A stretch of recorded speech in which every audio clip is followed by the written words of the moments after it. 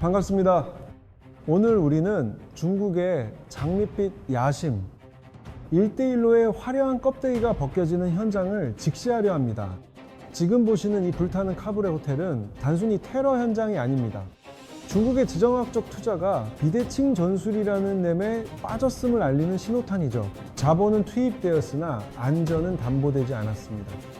아프가니스탄 내 중국 자본의 붕괴는 시작에 불과합니다. 강대국을 정면으로 상대하지 않는 비대칭 전술 앞에서 중국의 막대한 자금력은 오히려 손쉬운 먹잇감이 되고 있습니다. 세계 최대 규모의 구리 광산이라 불리던 메사이나크를 보십시오.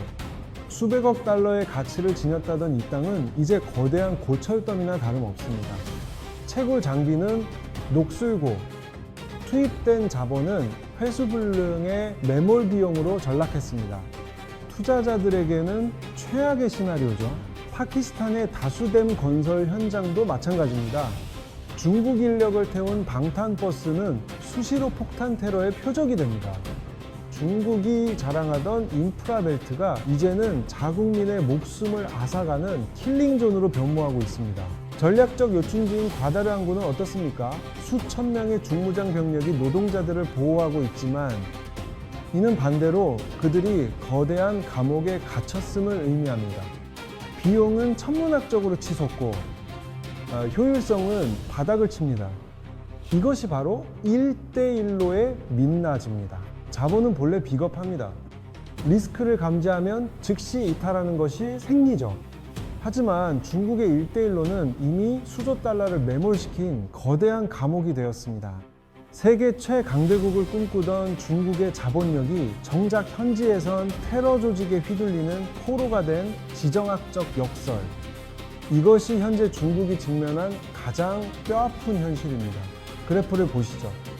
지난 10년간 서방 국가를 대상으로 한 테러 건수는 하향 안정세인 반면 중국인과 중국 자본을 타겟으로 한 테러는 기하급수적으로 폭증했습니다. 서방이 빠져나간 지정학적 진공 상태를 중국이 무리하게 채우려다 발생한 비대칭 전력에 덫에 걸린 것입니다. 자, 여기서 투자자와 분석가들은 날카로운 질문을 던져야 합니다. 수많은 외국 자본 중 왜 유독 중국인들만 테러리스트들의 가장 맛있는 사냥감이 되었을까요? 단순히 운이 나빠서일까요? 아니면 중국식 팽창주의가 가진 태생적 결함 때문일까요? 중국을 포위하고 있는 무장 조직들을 보십시오. 아프간의 ISK, 파키스탄의 TTP, 그리고 분리주의 세력인 BLA까지. 이들은 각기 다른 거점에서 중국의 물류망과 광산, 인프라를 정밀 타격하고 있습니다. 중국의 자산이 그들에겐 가장 손쉬운 전술적 목표물이 된 겁니다. 더 절망적인 사실은 이들의 이념적 스펙트럼입니다. 종교적 광기에 사로잡힌 극단주의 세력부터 철저히 세속적인 민족주의 세력까지 이들은 서로 죽고 못 사는 앙숙임에도 중국 축출이라는 단 하나의 목표 아래 암묵적으로 공조하고 있습니다. 중국이 자초한 공공의 적 프레임이죠. 놀랍게도 과거 서로 총부리를 겨누던 조직들이 이제는 약속이라도 한 듯 화살표를 한 곳으로 모으고 있습니다. 바로 중국이라는 거대 자본의 심장부입니다. 이념과 종교를 넘어선 이 기괴한 반중연대는 1대1로가 자초한 지정학적 리스크의 결정체입니다. ISK의 성명서를 보십시오. 위구르 무슬림 형제들의 핏값을 언급하며 중국을 주적으로 규정했습니다. 단순히 서방을 향했던 분노가 이제는 동진하여 중국의 안방과 사업장을 정조준하고 있다는 뜻입니다. 명분은 종교지만 그 파괴력은 실질적입니다. 분리주의 세력인 BLA의 논리는 더 명확합니다. 파키스탄 발루치스탄의 자원을 빨아들이는 1대1로의 루트를 약탈의 길로 규정했습니다. 지도 위에 그려진 저 붉은 선들은 그들에게는 경제협력이 아닌 반드시 끊어내야 할 수탈의 혈관일 뿐입니다. TTP는 더 영리하게 파고듭니다. 파키스탄 정부의 최대 돈줄인 중국 자본을 타격함으로써 현지 정권의 기반을 흔드는 전략을 씁니다. 중국 자본은 이제 사업의 도구가 아니라 현지 정부를 압박하기 위한 최적의 인질이 되어버린 셈입니다. 결국 이 매트릭스가 보여주는 결론은 단 하나입니다. 신앙의 ES카, 영토이블라, 그리고 정권 탈취의 TTP, 이들이 합의한 유일한 교집합이 바로 중국입니다. 거대 자본이 비대칭 전력이라는 덫에 걸려 옴짝달싹 못하는 지정학적 파산의 전조현상입니다. 자, 이제 시선을 중국 서쪽 끝으로 돌려보겠습니다. 바로 1대1로의 시작점이자 아킬레스건인 신장 위구르 자치구입니다. 이 지역에 광활함이 체감되시나요? 대한민국 한반도지도 7개가 통째로 들어가고도 남는 엄청난 면적입니다. 중국 전체 영토의 6분의 1을 차지하죠. 하지만 진정한 가치는 지표면 아래에 있습니다. 중국 전체 석유와 천연가스 매장량의 30% 이상, 그리고 현대산업의 비타민이라 불리는 히토류가 이곳에 집중되어 있습니다. 이곳의 원자재는 중국의 핵심 공급망, 즉 서구권과 경쟁하는 전기차 배터리와 첨단 반도체 공정의 출발점입니다. 신장의 불안정은 곧 글로벌 서플라이 체인의 마비를 의미합니다. 단언컨대 신장 위구르라는 지정학적 리스크를 통제하지 못한다면 중국이 꿈꾸는 첨단 산업 굴기는 사상 누각에 불과합니다. 신장 없이는 중국의 미래도 없습니다. 여러분, 지도를 보십시오. 신장은 단순히 땅덩어리가 아닙니다. 1대1로라는 거대한 혈맥이 유럽과 중동으로 뻗어나가기 위해 반드시 거쳐야 하는 단일 장애점, 즉 치명적인 병목 구간입니다. 시진핑 주석이 이 프로젝트에 사활을 거는 이유가 여기 있습니다. 신장이 흔들리면 중국의 패권 전략은 시작도 하기 전에 붕괴합니다. 이곳은 중화부흥의 꿈을 지탱하는 국가의 심장 그 자체인 셈이죠. 하지만 근본적인 균열이 존재합니다. 유전적으로나 문화적으로 위구르족은 한족과 결을 달리합니다. 언어와 종교, 생활 양식까지 베이징의 통제가 닿지 않는 이 이질적인 정체성은 공산당에겐 잠재적인 시한폭탄입니다. 공산당의 내부 리스크 평가는 냉혹합니다. 강한 종교적 신앙심을 단순한 문화가 아닌 사상적 바이러스이자 국가 분열의 불씨로 규정했습니다. 이 리스크를 제거하기 위해 그들이 선택한 방식은 극단적이었습니다. 중국은 이를 직업훈련소라고 홍보합니다. 하지만 화려한 간판 뒤에 숨겨진 실체는 다릅니다. 인권과 자유를 압살하고 노동력을 착취하는 거대한 감옥, 즉 강제 수용소에 민낯이 드러나고 있습니다. 위성사진이 포착한 이 거대한 시설들을 보십시오. 이건 단순한 공장이 아닙니다. 지정학적 리스크가 실체화된 시스템적 감옥이죠. 촘촘한 철조망과 감시탑은 이곳이 물류의 중심이 아닌 거대한 구금시설임을 증명합니다. 데이터는 거짓말을 하지 않습니다. 수용된 인원만 어느덧 100만 명을 돌파했습니다. 생산 가능 인구를 이토록 대규모로 격리하는 것은 경제적 관점에서 볼 때 명백한 인적 자본의 자살 행위입니다. 투자자들이 가장 경계해야 할 것은 비합리성입니다.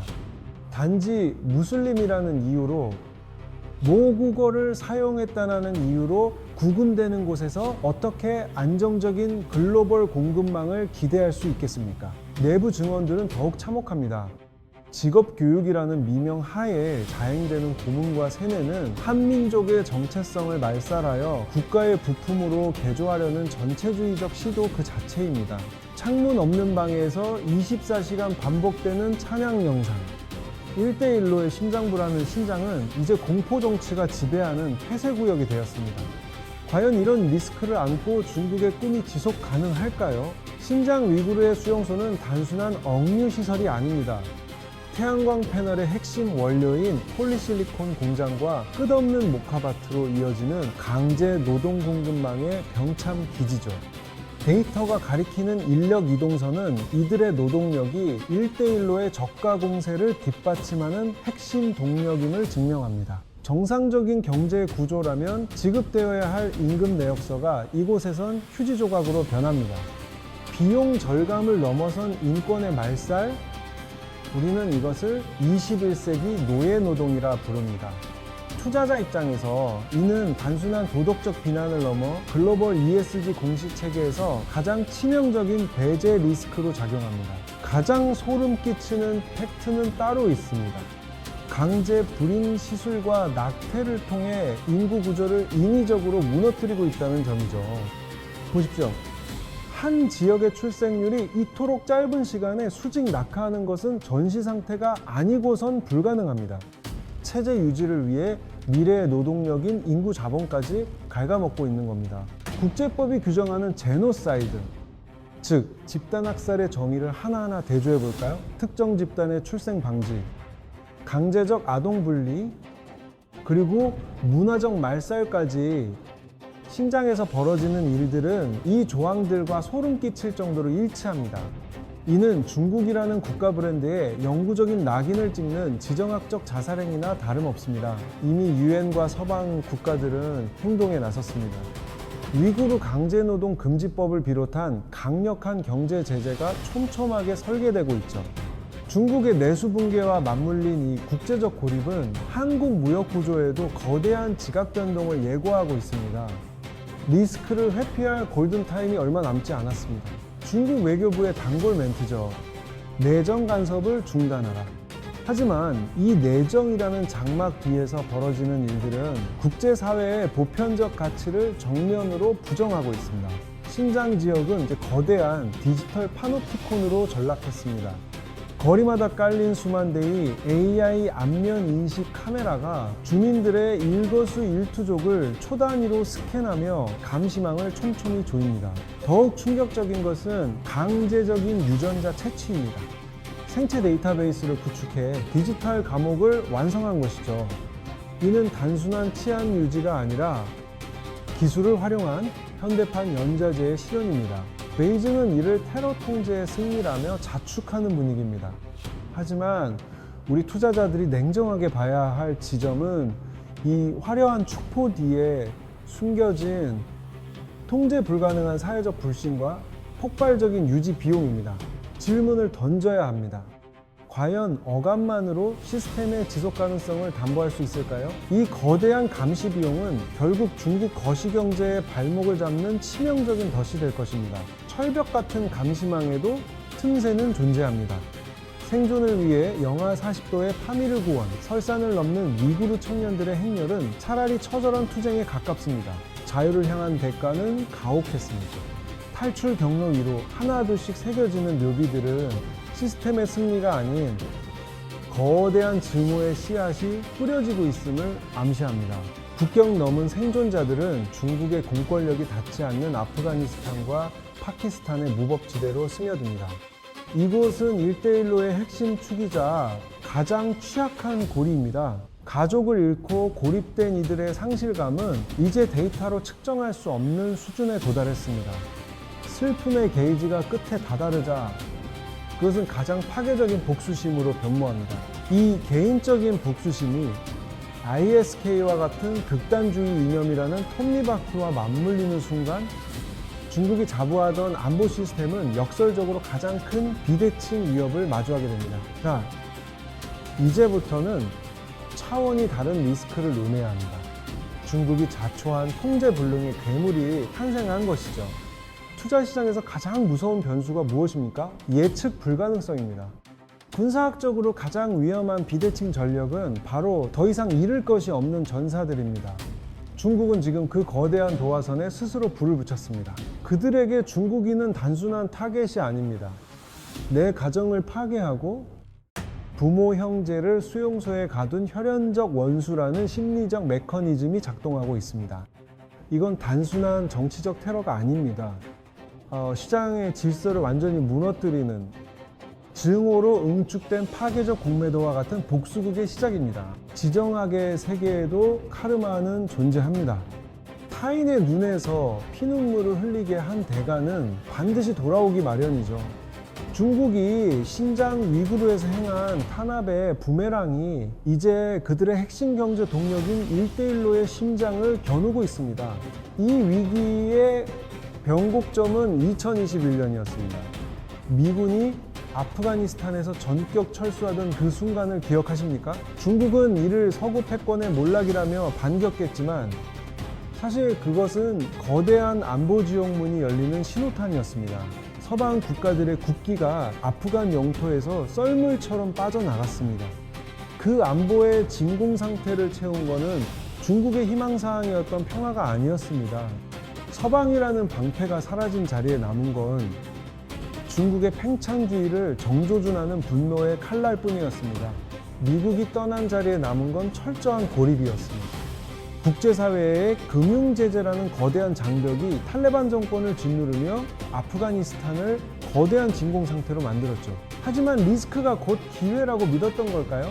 모두가 등을 돌린 이 불모지에 오성훈기를 든 중국 자본만이 당당하게 빈집털이하듯 걸어 들어갔습니다. 중국은 특유의 물량 공세를 펼칩니다. 병원을 짓고 도로를 뚫어주겠다라며 1대1로라는 화려한 포장지로 감싼 선물 상자를 내밀었죠. 겉보기엔 구원투수 같았습니다. 그러나 이 선물 상자를 냉혹한 투자자의 시선으로 투시해보면 이야기는 달라집니다.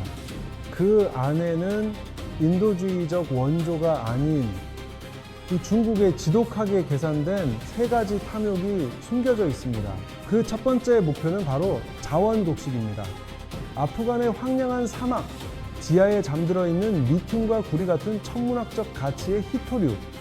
중국은 그걸 통째로 삼키려 한 겁니다. 아프가니스탄 지하에 잠든 자원의 가치는 최대 30조 달러로 추산됩니다.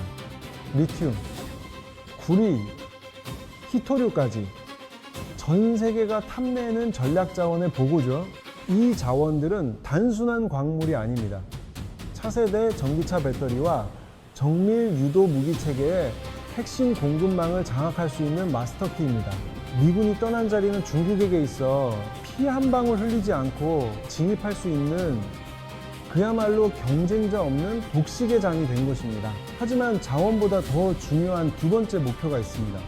바로 지정학적 생존을 위한 전략적 우회로 확보입니다. 미 해군이 말라카 해협을 봉쇄하는 순간 중국의 에너지와 무역로는 즉각 마비됩니다. 중국에겐 이 좁은 해로가 거대한 목조르기 덧친 셈이죠. 단순히 자원 때문만이 아닙니다. 신장에서 파키스탄 그리고 아프간을 거쳐 인도양으로 직결되는 이 녹색선을 보십시오. 이것이 바로 미 해군의 포위망을 뚫고 말라카의 족쇄를 풀 내륙 우회로의 실체입니다. 이 루트는 단순한 도로가 아닙니다. 시진핑 주석이 자신의 통치 명운을 걸고 추진하는 1대1로 프로젝트의 심장부이자 미국의 패권의 정면으로 도전하는 지정학적 비수입니다. 하지만 베이징은 치명적인 실수를 저지르고 말았습니다. 세 번째, 숨겨진 목적.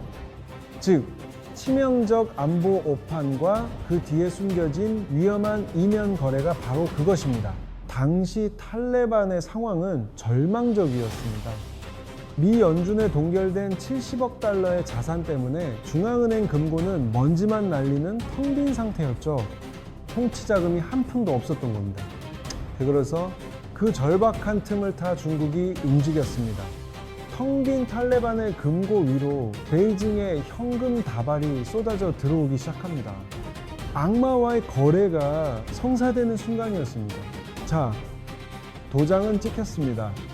아프간의 리튬 광산과 인프라 통제권을 넘기는 대가로 중국의 막대한 달러가 카불의 금고를 채우기 시작합니다. 전형적인 자원, 부채, 스와프, 즉 자본에 의한 영토 침식의 서막이죠. 하지만 베이징은 자선 사업가가 아닙니다. 계약서 하단에는 독소 조항이 숨어 있었죠. 바로 위구르 무장 세력인 ETIM의 완전한 소탕입니다. 돈을 줄 테니 피를 묻히라는 명령입니다. 이건 전형적인 제국주의적 용병 논리입니다. 돈으로 사냥개를 사서 자신들의 안보 위협을 대신 제거하겠다는 발상이죠. 하지만 역사적으로 자본의 논리가 종교적 근본주의를 이긴 적은 드뭅니다. 탈레반은 지옥의 저울질에 직면합니다. 당장 통치에 필요한 달러 뭉치냐, 아니면 이슬람 형제라는 그들의 권력 정당성이냐. 돈을 위해 형제를 팔아넘기는 순간 탈레반의 내부 결속은 무너집니다. 결국 이 균형은 깨질 수밖에 없습니다. 탈레반은 중국의 자본만 삼키고 약속은 이행하지 않는 이중 플레이를 시작했거든요. 중국으로서는 회수 불가능한 매몰 비용의 늪에 발을 들인 셈입니다. 여러분, 여기서 트리거 구조를 보셔야 합니다. 탈레반 지도부가 중국의 돈을 받고 위구르 전사들을 넘긴다? 이건 단순한 외교적 선택이 아닙니다. 이슬람 원리주의 조직에겐 정체성의 근간을 흔드는 조직적 자살과 다름없죠. 내부 반란이 일어나며 지도부 자체가 붕괴될 텐데 그들이 그런 리스크를 감수할까요? 이들의 존재 이유는 세속적인 부가 아닙니다. 웅마, 즉 이슬람 공동체의 신앙적 결속이 그들을 지탱하는 유일한 힘입니다. 형제를 팔아넘긴 지도자에게 총구를 겨누지 않을 탈레반 병사는 단 한 명도 없습니다. 중국 외교관들이 독촉할 때마다 탈레반은 그저 여유롭게 대답합니다. 협의 중입니다. 조금만 기다리시죠. 전형적인 지연 전술이죠. 돈은 이미 받았으니 약속을 지키는 척하며 시간을 끄는 것이 그들에게는 최고의 남는 장사입니다. 자, 보십시오. 시계는 계속 돌아가고 중국의 현금은 모래바람 속으로 사라집니다. 하지만 보안 지표는 0에서 움직이지 않습니다. 전형적인 매몰 비용에 잔해에 빠진 겁니다. 투자 회수율을 따지는 것이 무의미한 수준이죠. 결국 수조 원의 가치가 있다던 메스 아이나크 구리 광산은 거대한 고철 더미로 변하고 있습니다. 방치된 중국산 중장비 위로 모래바람만 불고 있죠. 이것이 바로 중국이 마주한 비대칭 전력의 덫이자 1대1로의 처참한 현주소입니다. 건설 현장의 장비들은 이제 녹슬어가는 철골에 불과합니다. 테러 위협이라는 비대칭적 리스크가 폴리스 라인처럼 공사 현장을 완전히 봉쇄해버렸기 때문이죠. 인프라 투자가 자산이 아닌 부채로 변하는 순간입니다. 천문학적인 달러화가 허공으로 증발하고 있습니다. 투자 회수율을 따지는 것조차 무의미해진 이른바 매몰 비용의 매천에 중국의 1대1로 자금이 속수무책으로 빠져들고 있는 겁니다. 현지 노동자들에게 이제 중국의 꿈은 없습니다. 오직 살아서 돌아가야 한다는 생존의 공포만이 남았죠. 본국행 비행기를 기다리는 이들의 여권 위에는 국가의 위신 대신 패배감이 서려 있습니다. 냉혹하게 말해 중국은 국제 무대에서 글로벌 호구로 전락했습니다. 막대한 자본을 쏟아붓고도 지정학적 영향력은커녕 테러의 타겟이 된 최악의 자산 배분 실패 사례로 기록될 것입니다. 하지만 비극은 여기서 끝나지 않습니다. 아프가니스탄의 실패는 시작일 뿐이죠. 이제 시선은 620억 달러라는 거대 자본이 투입된 1대1로의 심장, 파키스탄으로 향합니다. 그곳의 상황은 더 처참합니다. 자, 이제 경제 구원이라는 화려한 포장지를 뜯어낼 시간입니다. 1대1로의 본질이 적나라하게 드러나고 있거든요. 우리는 이것을 전문 용어로 부채 함정 외교라고 부릅니다. 감당할 수 없는 돈을 빌려주고 갚지 못하면 국가의 핵심 자산을 압류하는 구조적 덫이죠. 이 다이아그램을 보시죠. 중국이 빌려준 돈은 결국 중국 기업, 중국 자재, 중국 노동자에게 돌아갑니다. 현지 경제에 남는 건 0입니다. 낙수 효과가 전혀 없는 자기들만의 폐쇄적 순환 구조죠. 파키스탄인들은 단순 막노동에 동원될 뿐 알짜 수익과 핵심 기술은 거대한 깔때기를 타고 다시 중국 본토로 역류합니다. 협력이 아니라 일방적인 착취에 가깝습니다. 결국 파키스탄의 국가 부채 미터기는 폭발 직전입니다. 이제 그들은 자국 영토의 주권마저 빚더미 아래 저당 잡혀야 하는 처참한 상황에 몰렸습니다. 자, 분명히 짚고 넘어갑시다. 이건 저개발 국가를 향한 원조나 구원이 아닙니다. 정교하게 설계된 자본의 약탈 그 자체입니다. 파키스탄 민초들의 인내심은 이미 임계점을 넘어섰습니다. 낙수 효과는커녕 국가 부채만 눈덩이처럼 불어나며 삶의 터전이 무너지고 있기 때문이죠. 그 분노의 틈을 타고 발루치스탄 해방군 BLA가 걸기했습니다. 이들은 이제 중국을 파트너가 아닌 자원을 수탈하러 온 신제국주의자로 규정했습니다. 천연가스와 금, 파키스탄의 미래를 싣고 중국 본토로 향하던 컨테이너들의 혈맥이 끊기고 있습니다. 비대칭 전력이 1대1로의 보급로를 직접 타격하기 시작한 것이죠. 현지 중국인 엔지니어를 겨냥한 암살 소식이 연일 타전되면서 베이징 수뇌부의 표정은 급격히 굳어지고 있습니다. 경제 영토 확장의 꿈이 안보의 늪에 빠진 순간입니다. 베이징의 인내심이 바닥났습니다. 중국은 파키스탄 정부의 자국민 보호 실패 시 모든 투자를 재고하겠다라는 서늘한 통첩성 서한을 보냈죠. 외교적 결례를 무릅쓴 강력한 압박입니다. 이 상황을 이해하려면 파키스탄 내부의 비대칭적 권력 구조를 봐야 합니다. 서류상으로는 파키스탄 정부가 통치하지만 실제 현장엔 정부군과 BLA, TTP 같은 무장 세력이 뒤섞인 거대한 통제 불능의 공백지대가 존재합니다. 파키스탄 정부는 진퇴양난입니다. 1대1로로 쌓인 천문학적 부채 때문에 중국의 무리한 요구를 거절할 수도, 그렇다고 내부 반발을 억누를 능력도 없는 부채의 덫에 완전히 갇힌 꼴이죠. 결국 파키스탄 군부는 중국의 요구에 등 떠밀려 대규모 소탕 작전에 나섭니다. 대테러 작전인 아즘에 이스테캄을 선포하며 과다르항과 자원 수송로를 따라 병력을 대거 전개하기 시작했습니다. 하지만 이건 끝없는 술래잡기입니다. 군부가 들이닥치면 테러범들은 아프가니스탄의 험준한 국경 너머로 사라집니다. 중국의 공급망은 지켜지지 않고 안보 비용만 기하급수적으로 늘어나는 늪에 빠진 겁니다. 이 단면도를 보십시오.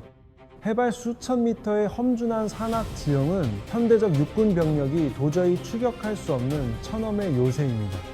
1대1로의 자금이 투입된 인프라가 이런 비대칭적 지옥에 갇힌 겁니다. 중국의 압박에 밀린 파키스탄 군부의 인내심은 결국 임계점에 도달했습니다. 결국 넘지 말아야 할 선을 넘죠. 아프간 영토를 향해 파키스탄 전투기들이 출격합니다. 반군 소탕이 목적이었지만 결과는 참혹했습니다. 민간인 거주 지역에 떨어진 폭탄은 파키스탄과 아프간 양국 관계에 회복 불가능한 상처를 남겼고, 이는 곧 중국의 리스크로 직결됩니다. 국제법상 동의 없는 타국 영토 폭격은 사실상의 선전포고입니다. 주권이라는 최후의 보루를 무너뜨린 이 행위는 지정학적 판도를 뒤흔드는 트리거가 되었습니다. 2023년 현재 파키스탄과 아프가니스탄의 외교 라인은 사실상 단절되었습니다. 중국이 막대한 자본을 들여 구축하려 했던 유라시아 연결망의 허리가 끊어져 버린 셈입니다. 탈레반의 응수는 외교적 수사로 끝나지 않았습니다. 즉각적인 중화기 포격과 전면전 선포, 이것은 중국이 장담했던 지역 안보 균형이 완전히 붕괴되었음을 의미합니다. 이제 베이징의 자본은 평화가 아닌 화약 냄새에 가로막혔습니다. 사태는 양국에 국한되지 않습니다. 국경 전체가 불바다로 변하자 이란과 인도 등 주변국들의 조기 경보 시스템이 동시에 작동했습니다. 유라시아의 심장부가 통제 불능의 화약고로 변하며 지정학적 리스크 전이가 시작된 겁니다. 과거 중국이 선전했던 평화로운 경제회랑의 장밋빛 청사진을 보십시오. 하지만 현실은 어떻습니까? 화면 우측의 붉은 전장, 이것이 바로 우리가 직시해야 할 1대1로의 참혹한 성적표입니다. 아이러니하게도 중국의 돈이 들어간 인프라들이 이제는 분쟁의 도화선이자 불쏘시개가 되고 있습니다. 천문학적 차관은 회수 불가능한 매몰 비용이 되었고, 중국은 이제 자국 자본이 파괴되는 과정을 무력하게 지켜볼 뿐입니다. 서방의 안보 전문가들은 이를 시진핑 체제의 구조적 한계라고 정의합니다. 단순한 군사 충돌을 넘어 중국식 팽창주의가 마주한 몰락의 서막입니다. 우리 투자자들이 공급망 재편과 대중국 디커플링의 속도를 내야 하는 결정적 이유가 여기 있습니다. 중국 외교의 가장 치명적인 아킬레스건은 무엇일까요? 압도적인 군사력도 첨단 기술력도 아닙니다. 바로 글로벌 리더로서 마땅히 갖춰야 할 도덕적 정당성의 부재입니다. 명분이 없는 힘은 폭력에 불과하며 이는 필연적으로 저항을 부릅니다. 중국의 외교 로직을 회로도로 그려보면 기괴할 정도로 단순합니다. 보편적 인권이나 민주적 가치라는 필터는 완전히 누락돼 있죠. 오로지 돈이라는 유인책과 힘이라는 압박만 남은 이 회로에서 파트너 국가들은 협력자가 아닌 채무자로 전락합니다. 타국의 주권과 노동자의 희생이라는 피눈물 위에 쌓아 올린 이 거대한 바벨탑을 보십시오. 토대가 부실한 모래성은 파도가 치기 전부터 아래서부터 무너져 내리기 시작했습니다.